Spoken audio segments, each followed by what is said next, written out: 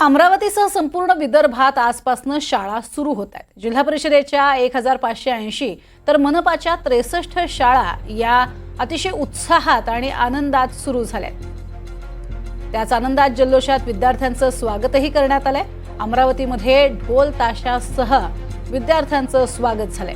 आपल्याला कल्पना आहेच, विदर्भात प्रचंड उकाडा उष्णता आणि त्यामुळेच शाळा या नेहमी उशिरा सुरू होतात।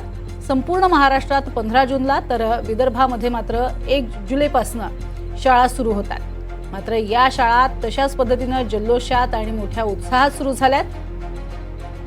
महानगरपालिकेच्या आणि जिल्हा परिषदेच्या 1580 शाळा आणि मनपाच्या 63 शाळा अशा तब्बल 1600 शाळा या आता सुरू झालेल्या आहेत।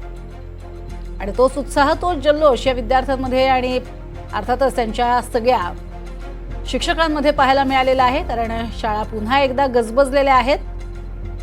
विद्यार्थ्यांनी या शाळा आता पुन्हा गजबजून गेल्यात। शाळेच्या पहिल्याच दिवशी आपण बघतोय मुख्याध्यापक तसंच प्रमुख शिक्षक यांच्या समोर हे विद्यार्थी उभे आहेत। राष्ट्रगीतानं शाळेला सुरुवात झाली आहे।